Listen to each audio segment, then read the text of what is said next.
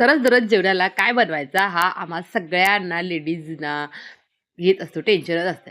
चला तर एक मी सिंपल आज तुम्हाला ना तोंडी लावण्यासाठी मस्तपैकी झटपट असं काहीतरी सांगवते. काय करते मस्तपैकी सोयाबीन पाण्यामध्ये छान असे उकळून घ्यायचे आणि ते पिळून घ्यायचे घट्ट. नंतर घ्यायचं 4 चमचे रवा, 2 चमचे कॉर्नफ्लॉवर, 1 चमचा बेसन, थोडं मीठ, हळद आणि लाल तिखट घालायचं आणि मिक्स करून घ्यायचं. नंतर त्याच्यामध्ये ते सगळे सोयाबीन आहेत ना, थोडे ते सगळ्यांना अशा मिश्रणमध्ये ना मिक्स करून घ्यायचे. मिक्स करून घेतल्यानंतर ना तवा ठेवायचा. त्याच्यावर थोडं तेल घालायचं आणि थोडं मला रवा कमी पडला म्हणून मी आणि 1 चमचावर त्याच्यामध्ये रवा घातला आणि पूर्ण असं मिक्स करून घेतलं. आणि जर तुम्हाला तसं मिक्स करायचं नसेल तर तुम्ही एक असं तुम्ही ते कोट करून पण तव्यामध्ये डायरेक्ट सोडू शकता. मग असं तव्यामध्ये घातलं आणि छान असं कुरकुरीत होईपर्यंत परतून घेतलं.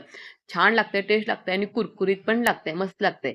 जास्त ऑइली पण नाही आणि खाण्यासाठी पण सिंपल. तुम्ही चपातीबरोबर खाऊ शकता, भाकरीबरोबर खाऊ शकता किंवा भाताबरोबर खाऊ शकता. तर भेटूया नेक्स्ट व्हिडिओमध्ये. Bye bye.